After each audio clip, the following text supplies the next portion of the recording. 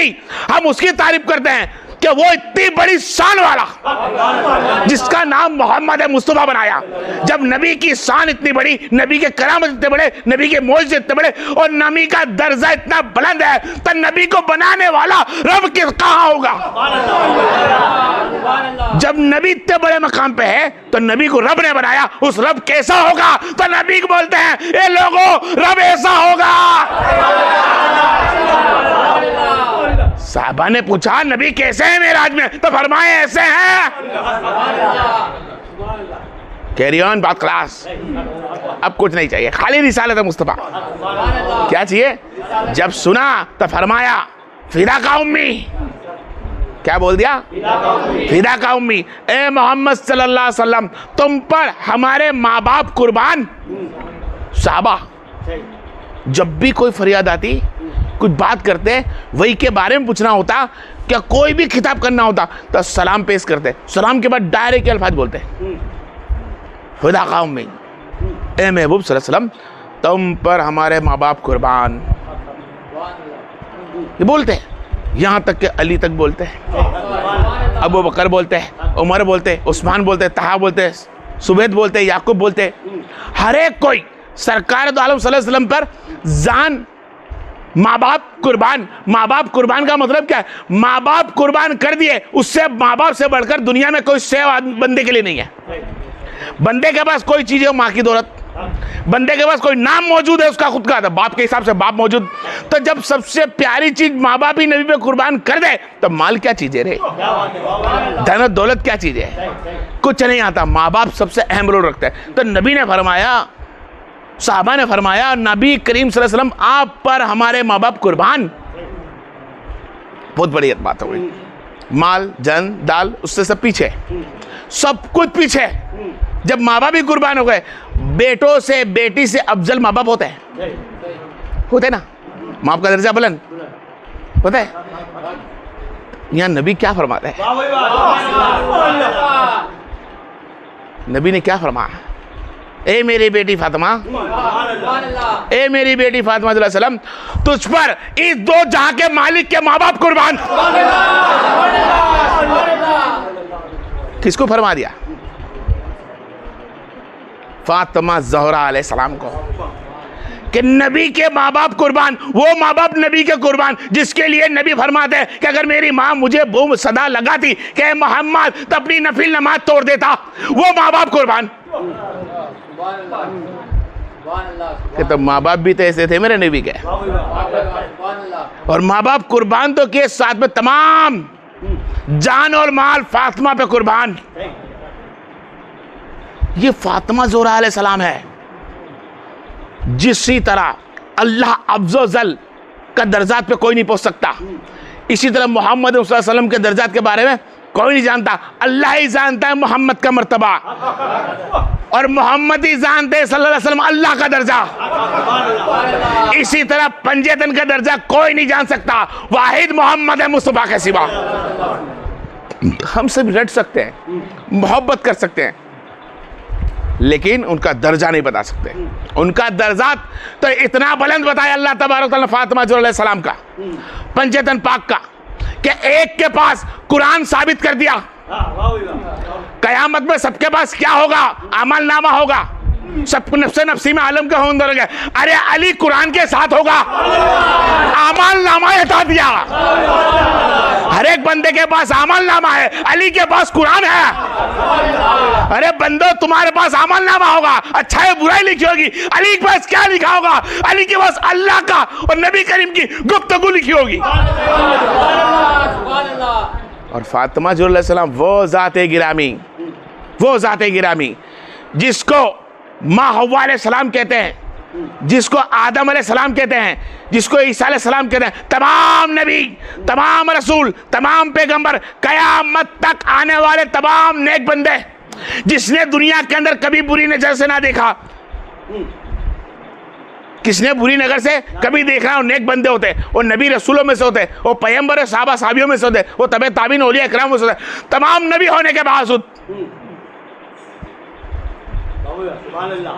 तमाम औलिया इकराम होने के बावजूद, साहबा होने के बावजूद, अल्लाह महशर में सदा लगाता है, सब आंखें झुका ले। सबके सब आंखें झुका लो। अल्लाह, हम तो नबी है। आदम बोलेगे ये तो मेरी बेटी है, झुका लो। सब आंखें झुका लो। तमाम इंसानों की कौम में अंदर सबके सब आंखें झुकाए खड़े होंगे। कैसी आंखें झुकाए खड़े होंगे? सबके सब अपनी हाथों से यूं, ये मुंडी ऊंची नहीं होगी, अपनी आंख छाती पे लगेगी। क्या लगेगी? ये आंखों की नजर निगाहें अल्लाह छाती पे लगवा देगा। कौन गुजरता पता नहीं। पूछा मौला ऐसा क्या बात है जो सबकी आंखें छाती पे लगा दी और फिक्र में लगा दिया? ना जाने मौला क्या चाहता है। अभी तक तो सजदा सुना था कि 7 हड्डी का होता है, कभी सुना था रुकू में जाके होता है।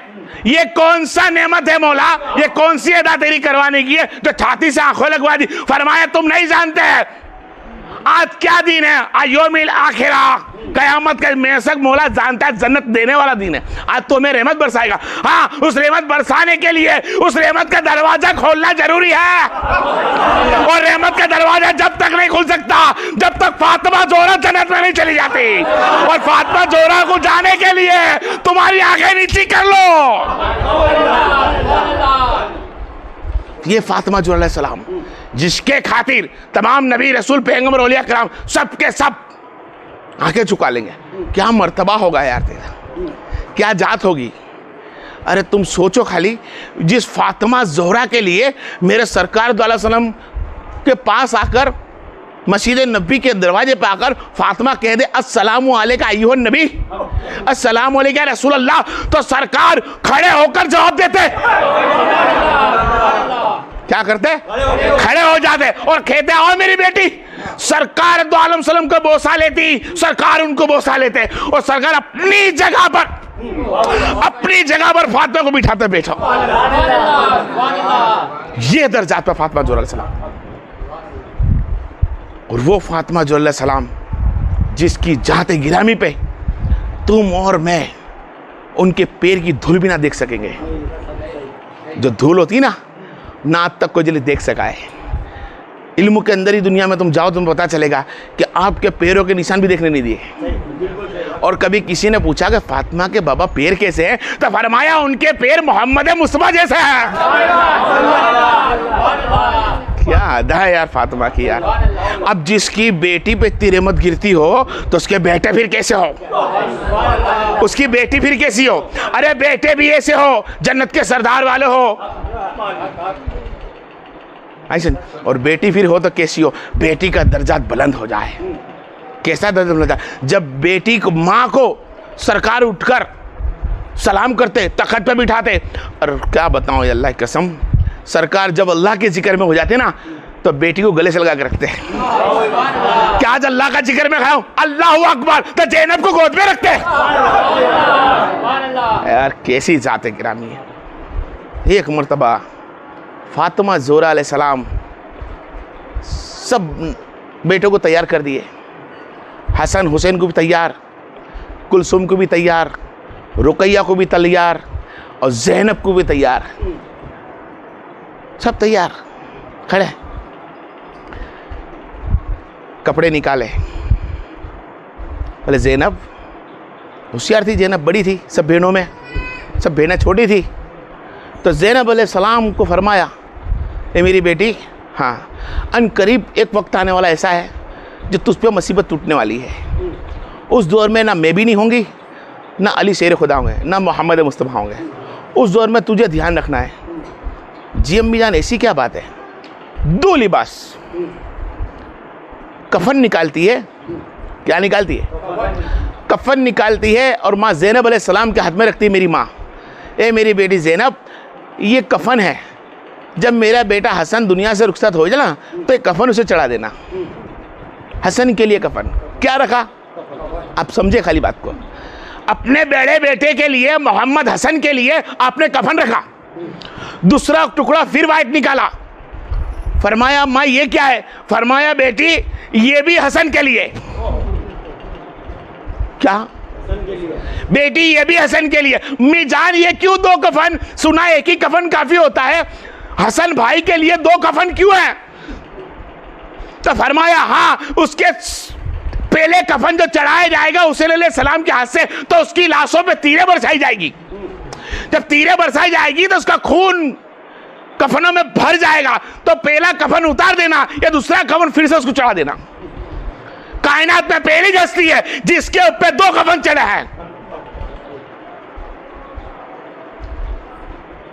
फिर आप बैठी रही, क्या बैठी रही? बैठी रही। अम्मी जान, हसन भाई के 2 कफन है, तुमने अभी तक बैठी रही, हुसैन का कफन नहीं दिया? क्या पूछा? क्या हुसैन अलैहिस्सलाम मेरे भाई है, मेरे बड़े भाई का तुमने कफन का नहीं दिया? तो फरमाया बेटी, हसन को तो 2 कफन हुसैन दे देगा। हुसैन अलैहिस्सलाम वो जाते गिरामी जिससे फातिमा ज़ोहरा सबसे ज्यादा लाड करती, दोनों भाइयों से बेहतर मोहब्बत करती, कि मेरे बेटे हुसैन को कफन भी ना मिलेगा।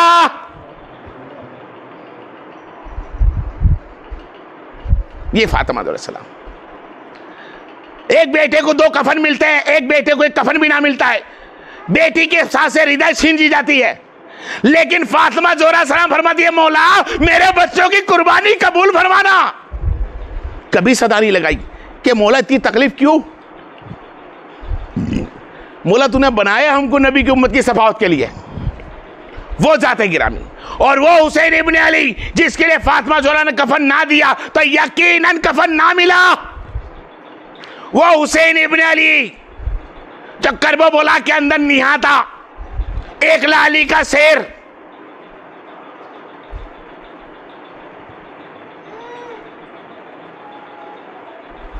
जब जमीन पर उसका लाशा गिरा, लाइनों ने उनका सर मुबारक अलग किया। अलग करने के बाद उनके पास जो भी कुछ था लूटने की कोशिश करी। उनका तमाम लोखंडी जेवर उतार लिए, जंग के तमाम जेवर उतार लिए, तलवारें उनसे छीन ली। एक शैतान लाइन ने देखा उंगली में एक अंगूठी पहनी हुई है, वो उंगली में से अंगूठी उतारना चाहा पर अंगूठी ना उतरी। और शैतान ने हुसैन की उंगली ही काट ली।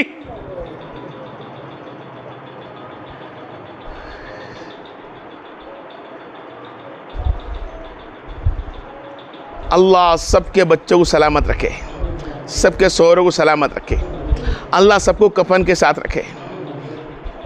उस हुसैन इब्ने अली अलैहिस्सलाम का लाशा वहीं ज़ैनब छोड़कर आ गई। इतनी हिम्मत ना थी कि ज़ैनब उठाकर लाती। खेमे में आग लग गई। लगने के बाद इधर अफरा तफरी मच गई। अफरा तफरी के दौरान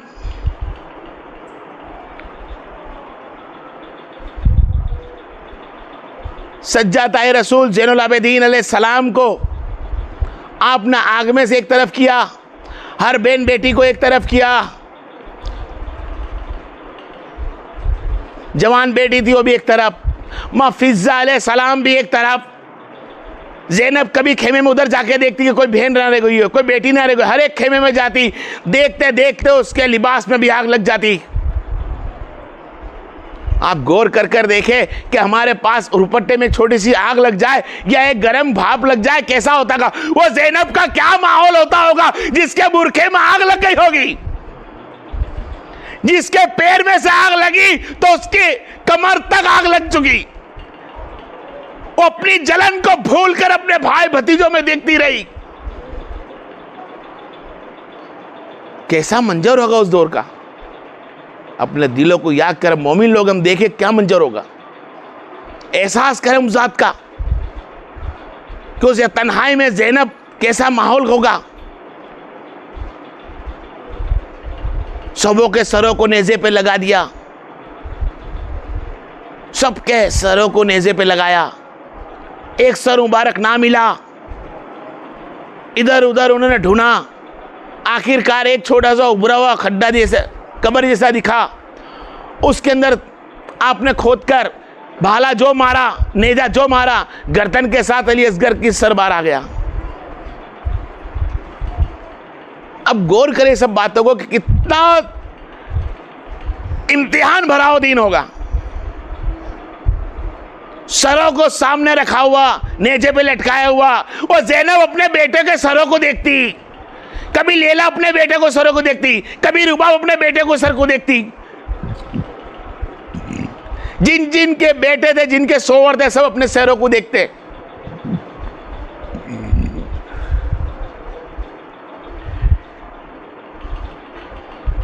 आखिरकार वक्त असर का आया। जब वक्त असर हुआ, लईनों ने जो करना था कर लिया, लूट लिया।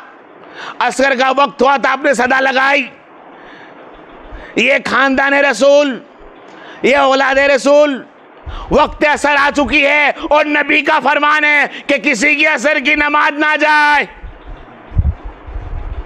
अकीमुस्सलात, उस जलेली हालत में बेटे भाइयों के सर ऊपर गर्दन पे लटके हुए, नेजे पे सब भरे हुए, खून में लथपथ, तैमूम कर असर की नमाज को अदा करा। नमाज को अदा तो कर दिया, अदा करने के बाद मगरिब आई, मगरिब के वक्त भी नमाज अदा कर ली।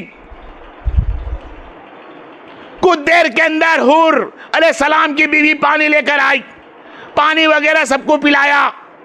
हूर की बीवी चली गई। ज़ैनब ने कहा, बहन बेटियों अब आराम कर लो। खेमा नहीं था, खुले आसमान पे बैठी है, रेत की ठंडक, उकलती गर्मी, गर्म हवाएं। वक्त ईसा की नमाज आई, ईसा की नमाज पूरी करी तैमूम से। बीवियां सोती नहीं है, बीवियां बैठी है, सब बीबियां बैठी है, 25 तक सकीना भी बैठी है। सकीना ज़ैनब के पास खड़ी हो जाती है, सदा लगती है बहन बेटियों की, बहुओं की सदा लगती है कि ज़ैनब, हमेशा हम 3 दिन से 4 दिन तक 10 दिन तक यहाँ जब भी रहे तो हमारा रात को आराम से हम सो सकते थे। हमारा पेरा भरने के लिए अलमदार अब्बास होया करता था, आज हम कैसे सोएंगे? अब्बास अलमदार नहीं है। रात का अंधेरा है, सन्नाटा का माहौल है, पराने में पड़ी है, ना जाने कौन सा जानवर आएगा। पेरा भरने के लिए अब्बास मौजूद था, आज तो अब्बास भी मौजूद नहीं है। ज़ैनब एक टूटा हुआ भाला लेकर, नेजा लेकर खड़ी हो जाती है कि मेरी बेटियों, ये औलाद रसूल, आप सो जाए, पेरा मैं भरती हूं।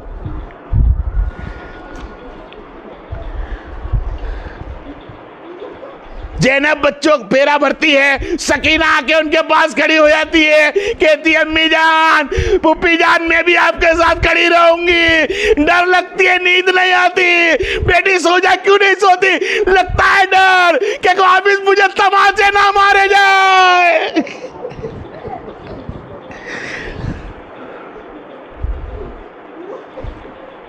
बीवियां सोती नहीं है, बीबियां सोती नहीं है,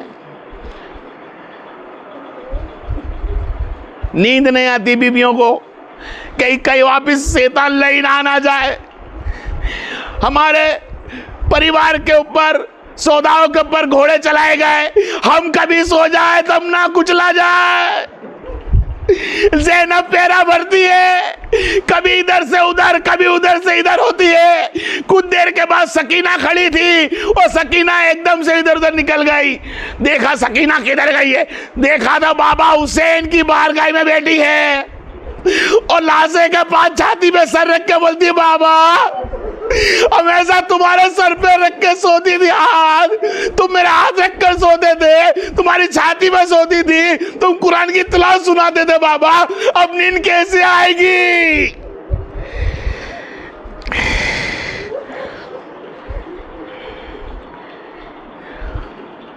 ज़ैनब अलैहिस्सलाम सकीना को दिलासा दिलाते हुए अपने खेमे में फिर लाती है। कुछ दूर के बाद देखती है कि एक घोड़सवार आता है।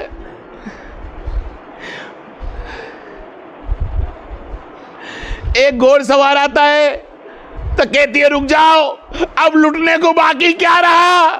बाली सकीना की, छोटी बच्ची सकीना की बाली तक छीन ली, सबके कपड़े लिबास भी छीन लिए, सब तलवार वगैरह बर्तन भी छीन लिए, अब लुटने के लिए है क्या जो तुम आए हो?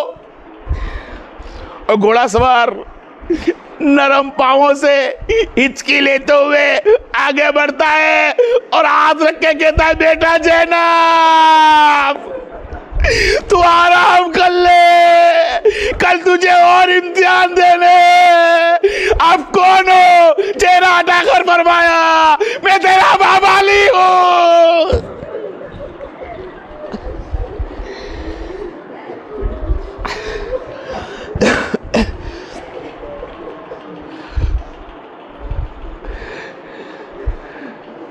ग्यारहवां की सुबह हुई, 11वें चांद मुहर्रम का सुबह हुई। शैतान लईन सब आ गए और फरमा दिया शैतान लईन ने 11वें चांद को कि आज ईद की तरह खुशी मनाई जाए, ढोल ताशे बजाए जाए। आज शाम के बाजार से हमने पकड़े हुए गद्दारों को हमने पकड़ा है। ये अल्फाज बोला गया, हमने बागियों को पकड़ा है। अब वो बागी कौन आप सब बेहतर जानते हैं। हुसैन अलैहिस्सलाम का नेज़ा ऊपर, तमाम औलाद रसूल के नेज़े पे सर। जब शेर आगे सर आगे चले, तोक लगा दी गई जुल्लाबिदीन के गले के अंदर, लकड़े की तोक बांध दी गई, हाथ बांध दिए गए, पीछे उनके बांध दिया गया उमम बाकर, उनके बाद बांध दिया अब्दुल्ला। किसी को ऊंट पे काजे बिठा जिसपे डोरी भी ना थी, रस्सी भी ना थी, और उनकी रस्सी जुल्लाबिदीन के हाथ में दे दी थी। बीवियों को किसी को कहाँ बिठाया, किसी को हाथ बांध कर चलाया।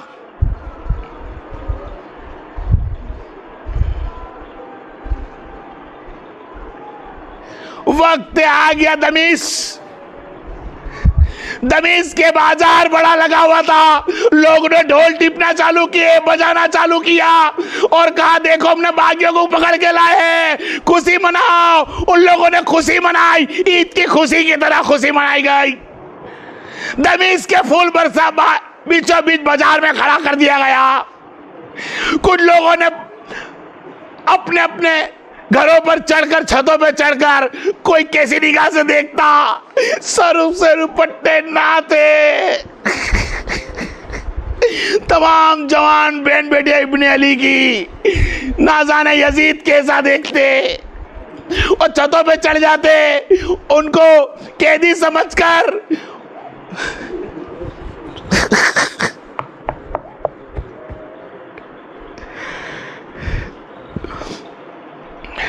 उनको बागी समझकर उनके ऊपर पत्थर बरसाते जाते। कोई पत्थर मारता, कोई धक्के मारता कि तुम तो बागी हो, अमर साथ के बागी हो, हमारे राजा के बागी हो, धक्के मारते। ज़ैनब एक जगह पर जाके काफले को ठहरा दिया गया।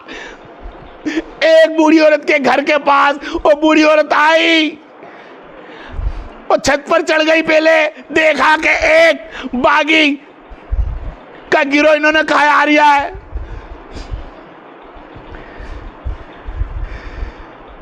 उसके घर के करीब ज़ैनब अलैहिस्सलाम, सकीना अलैहिस्सलाम, तमाम लोग बहनों का, हमारी माओ का गुजर हुआ। और रुके। रुकने के बाद अब छत से जल्दी से उतरती है और उतरने के बाद आपके लिए खाना, पानी, कपड़ा लत्ता वो बूढ़ी सब कुछ अता फरमाती है। तो ज़ैनब फरमाती है, बूढ़ी हम सदका नहीं लेते हैं। तो फरमाया, सदका नहीं है, खुशी से अल्लाह को राजी करने के लिए है। तो आप ले लेती नजराना समझ के। फरमाती, क्या बात है तुम्हें नजराना दे रही है? अभी तक हमारे पास जब से हमें बांधा गया या हमारे भाइयों को काटा गया, जब से किसी ने हमारे को पूछा नहीं है। जब से मेरी बेटी को बांधा गया, जब से मेरी बहू को बांधा गया, किसी ने दमिश्क के अंदर आने के बाद भी हमें पूछा नहीं है पानी का भी। बूढ़ी औरत ने उनको कपड़े देने के बाद फरमाया कि तुमने हमें क्यों दिया? तो फरमाया, मैं फातिमा ज़ोहरा की कनीज हूं, उनके यहाँ नौकरी करती थी। और फातिमा ज़ोहरा ने फरमाया था कि जिस दिन जिंदगी में एक मर्तबा तेरे पास कोई गिरफ्तार होकर आया होगा, किसे बंदिश बना कर लाया होगा, तो उसको पानी पिला देना, उसे खाना खिला देना। तो आज वो मुझे याद आ गई कि जिंदगी में आज तक किसी को बांधा हुआ देखा नहीं था, किसी बहन बेटी को बांधा नहीं देखा था, किसी आदमी को। आज मेरे घर के पास से लश्कर गुजरता है तो फातिमा की वसीयत आते आते ही मैंने खाना पानी दे दिया। जैनब चीख मार के रोती है और कहती है बीबी तूने तो मैं खाने पानी दे दिया, बता तेरे लिए दुआ क्या करूं। सकीना पूछती है बीबी तेरे लिए दुआ हम क्या करें, हमारे पास तो देने के लिए कुछ भी नहीं है वाहिद दुआ के सिवा। वो अफसा कहती है और बूढ़ी माँ कहती है कि जैनब मेरे हक में इतनी दुआ कर दे कि मैं जिस वक्त फातिमा जोहरा की नौकरी छोड़कर आई थी, वसीयत लेकर आई थी, तो उस वक्त हसन हुसैन छोटे थे, जैनब गोद में थी। तो मैं चाहती हूँ मेरा जीते जी एक मर्तबा जैनब और हुसैन को मैं देख लूं। तो जैनब बोलती बीबी तेरी दुआ कबूल हुई कि जिससे तू बात करती है वो जैनब है और जो नेजे में सर रखा है वो हुसैन है। और बीबी चीख मारते हुए अपने घर में दौड़ती है।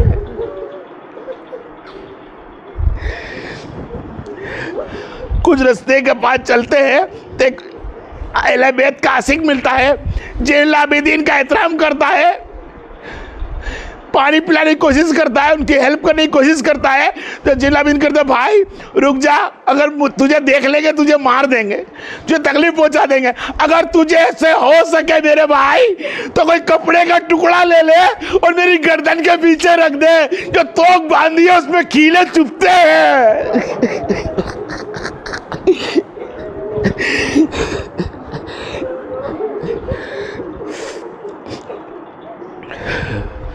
ओ ज़ैनुल आबिदीन की तोक जो बंधी थी उसमें खीले लगे हुए थे, आपकी गर्दन के अंदर से खून चालू हो जाता।